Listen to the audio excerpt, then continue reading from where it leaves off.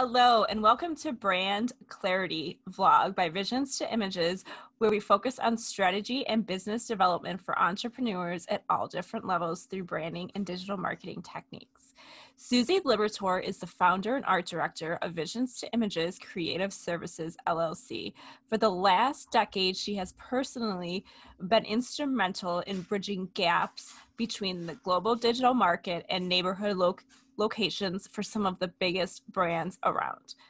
Growth is possible for even a single location with the right professional branding techniques and Susie's signature strategies of Visions to Images. Stand out from your competitors and bring your visions to life while watching your sales skyrocket. Your host for this vlog is Susie Liberatore, owner of Visions to Images. Today on the podcast, I have Kristen Birkbeck, the owner of Co-Lounge. It's a great co-lounge office area in the Fairlawn, Ohio area, and I'm super excited. I love seeing it. It's beautiful, and I'm really excited for her. She just kind of started, I don't know, how long have you been in business with the Co-Lounge? I don't even know. It's been a little. It's like a soft opening in July, and then I felt like we got a little grease underneath the wheels come August. Yeah, I was gonna say it's fairly new, so it's exciting though. So now that I got you on, tell us a little bit about how you got started with, I know you have two businesses. Tell me all about it. So I worked full-time corporately. I like to call myself a corporate misfit. So I spent 17 years in a corporate environment growing somebody else's business, somebody else's career. It did help mine, but I spent the time where I went to college. I was a late college enrollee. I ran off for a while, came back, and then I realized I had bills to pay.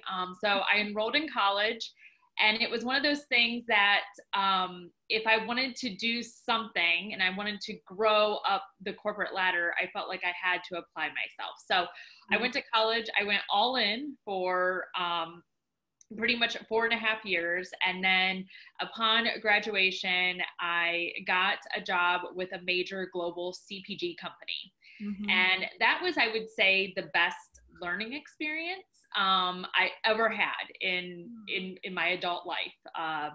So I grew there, but what I quickly found after almost 9 years of being there, I started that career when I was not married. So I went through those progressions of getting married, having kids, and then juggling, and also being torn with the juggle of wanting to raise a family, but also have a career. Mm-hmm. And so I did step away from that corporate environment about 3.5 years ago. And at that time, I fell full-time into a virtual business that I had been growing for a couple years prior to that. And that virtual business really taught me a lot about community and bringing people together and how important connection is. Mm-hmm. But also it fed my business self of operating a business on my own terms that could be completely flexible. You could use a phone, you could use a device to pretty much do everything these days. So I really fell into that and loved that and had a passion for it. But the thing I found was having a space to grow that business became probably the hardest thing. I could work at my kitchen table, I could work from my bed, I could work from the couch, but I was always packing up and then unpacking, and then packing up and unpacking. So that's kind of how the frustration, I guess, creating a business like the Co-Lounge came out of frustration and need. Mm-hmm. And I think that's how a lot of businesses are created. A lot of how entrepreneurs decide what business they're going to create because they have a pain point. Mm-hmm. And how do they fix that pain point? And after conversations with a lot of individuals, I found out I wasn't the only one that was seeking a need for a space. Mm-hmm. So how's that? Yeah, you said a lot in there. Connections, first of all, are key. So yes, I totally 100% agree. Like, connections are key for any business. And there's definitely, I mean, I can relate to the packing up. Before the pandemic, I was I was at Panera a lot. I probably was at Panera a lot, different Paneras and stuff, and working from home and then packing up and going, or working wherever. I mean, we all like that flexibility of working wherever, but we also like having that dedicated workspace. Luckily, I have this little office now, but even so, like, how do I meet with people, right? Like, there's always that question of, how do we meet with people? Do we always want to meet at Panera? And I mean, I think that's awesome to have. And I've seen so many other people do the co-work, but I think yours is unique and original and different. And it's just so pretty. I mean, I like it. It's beautiful. So I'm biased. Thanks. Yeah, I mean, I think that's the other thing is, pre-pandemic, I mean, this business opportunity actually started over a year ago for me. It was something that I started pre-pandemic. I had the idea, and I started working at it before all this new reality that we're all juggling every day in came about. And then all of a sudden, COVID happened. And I kind of make the joke of, I could write a book about launching a business, but I could write like a really good book about launching a business in a pandemic. Right. And talk about how many times I've had to pivot what was my original idea to where we're at now. And well, yes, going to, a coffee shop, going to Panera, going to all those places, they offer that space. They don't offer this space to really be a professional in your business, or offer a space to grow your passion in an environment that supports that.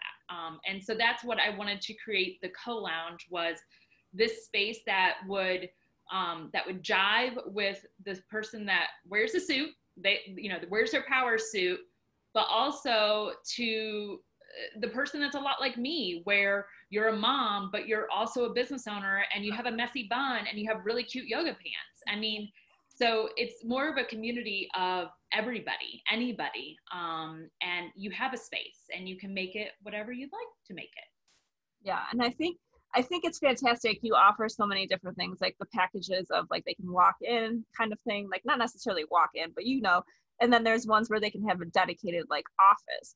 So it's great that you have all of those different fields and services, so that people can come and go if they need to. But if somebody really wants that dedicated space, they can totally have that. That's awesome to have. And I know you can do events and you have the conferences.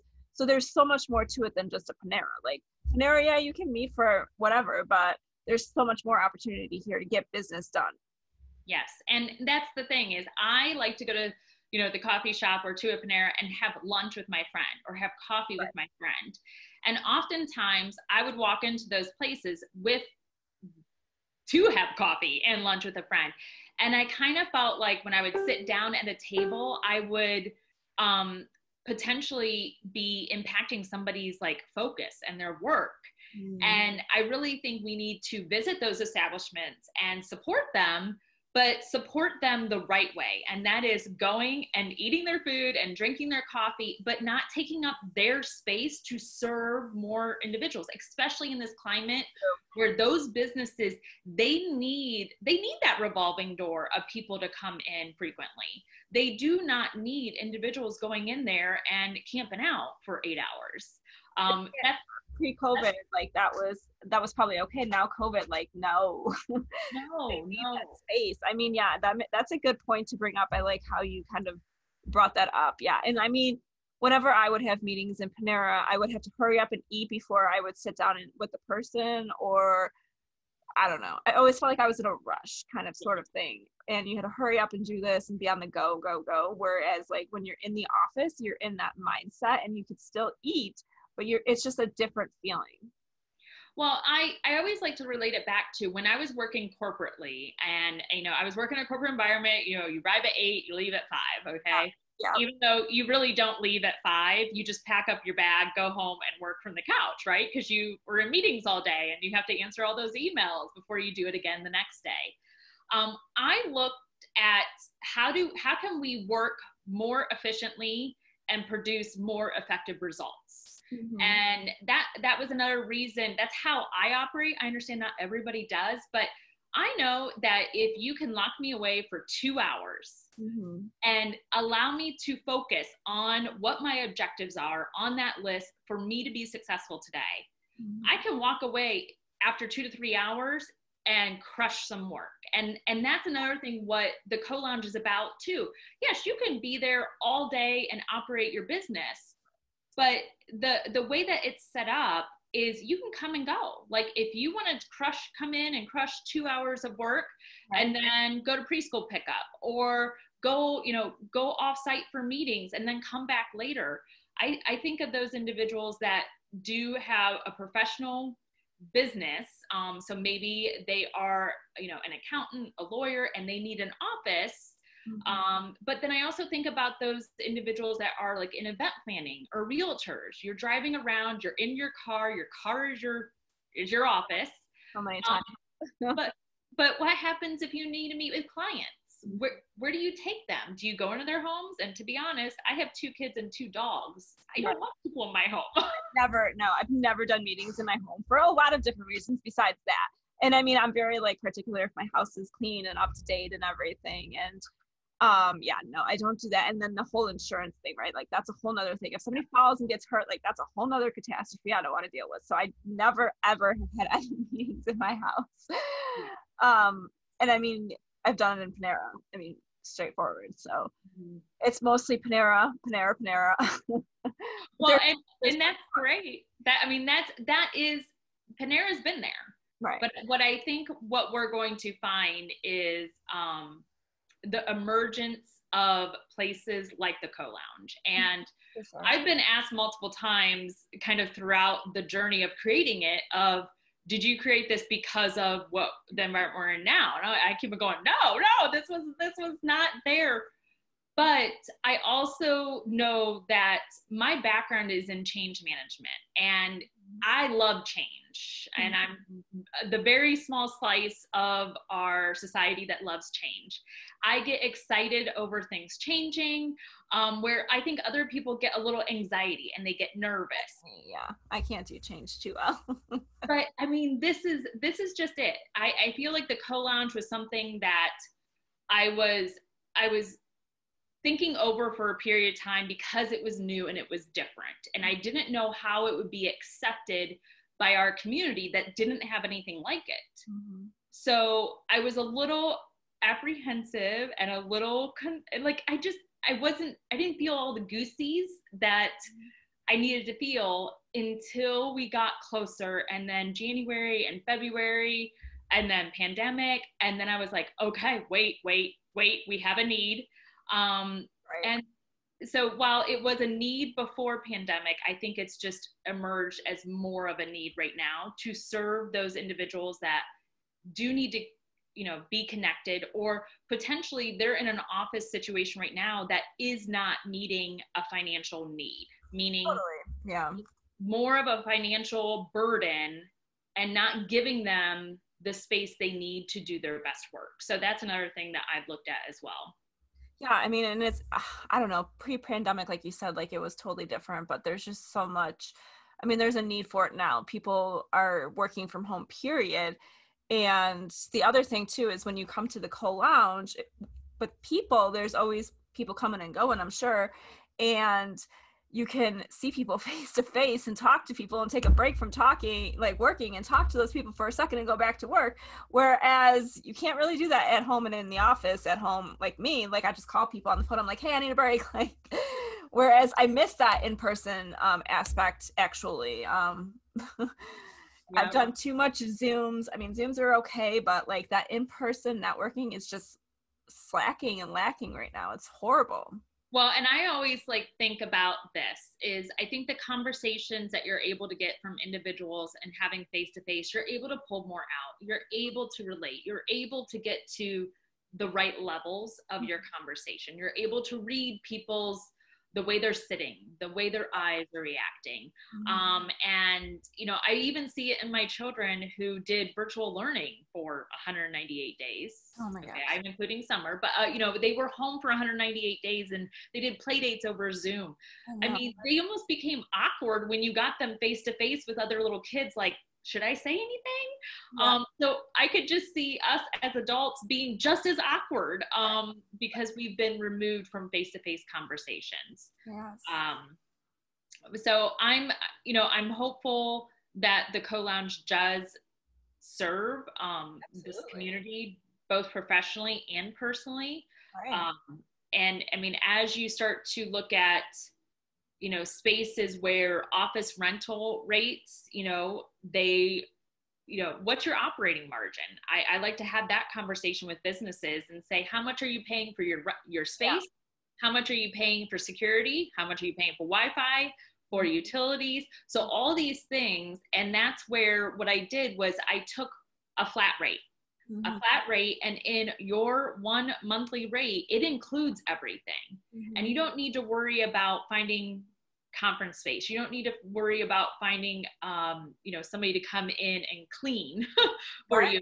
You don't have to worry about who's coming in and out that door because there's a security system. Right. That's all handled. So yeah, and that's what you need. Like, I feel like that's what you need, and people need to understand that. So what are you most excited about? I know that we've been talking, so I kind of got a feel for what you're excited about, but tell us else. I'm just excited for whatever the next idea is that somebody comes to me. The greatest thing about having the Co-Lounge is I went into it with my idea. This is what I saw. However, every time somebody comes into the space and I talk with them and they go, have you ever considered this? Or have you ever considered this? And I'm like, I never did. Like, I don't know what's coming next. But I love that the community that has come in and shown up for me and for this space, they're bringing their ideas. And that's what I'm excited about, is nothing's off the table. I'm the type of person that my mind's always thinking of something. So I do have a list of ideas I'd like to put into place for the Co-Lounge. I think just understanding where we're going with our climate, that will dictate a lot of it. But I'm just excited to spend, the next few months, greasing the wheels continuously, getting those ideas and being able to serve my community the way that they are needing to be served right now, and show up for them, because that's why I created this space, was to serve others, to make an impact. Awesome. Yeah, I love it. So I know there's some stuff, like, what could you tell somebody if they were just starting off, either in the entrepreneur world, if they were trying to do a brick and mortar, like what advice would you give somebody? My biggest advice is never say never. I've said, no, I will never do that. And it takes me back to when I started a business 5.5 years ago that was completely online. I didn't know a thing about it, and it was in the direct sales space. And for years, I put my nose up to it. But I listened and I learned, and actually my life changed to the point that it was worthwhile for me to listen and learn. And that one decision 5.5 years ago really catapulted me into following my passion. And it brought forth a lot more than what I'll say is, great skin and changing lives. I mean, it's changed my life to the point that I'm home, I'm flexible. I get to do what I love to do. And not many people my age get to say they get to do that. So I always say never, and never say no to a plan B, because you never know when you might need a backup plan. And, my backup plan became my plan A. And then now it's been really fun to see how that backup plan is also still fulfilling my plan A, my plan B, and my plan C.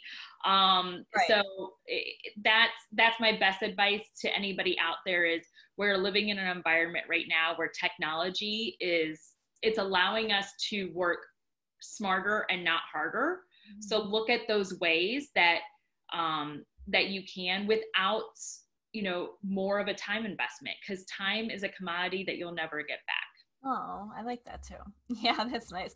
I mean, it's like time, right? Like I always feel like, how do I manage time and how do I care for my son and have that time? Like you have such great time management, I think, in a sense where you go to your kids' games, you do all these things. I mean, it's all parenting, right? Like I would do it too, but you are focused on them and you focus, like too many times parents won't be focused when they're with their kids. I know sometimes we're all guilty of that, but I feel like you're like really dedicated and you block off those times. I mean, even hearing from you, you're like, I block off time for this and XYZ. So you have that for sure. Well, and I will say it's funny. I just did actually I did a virtual global training on time management last week. So it is something I love, but it's also something that I wasn't good at, and it took practice. But I didn't start a business because I had time. Right. I started a business because I wanted time, and I wanted to own and control my time. And oftentimes, I think sometimes people have the misconception that entrepreneurs, they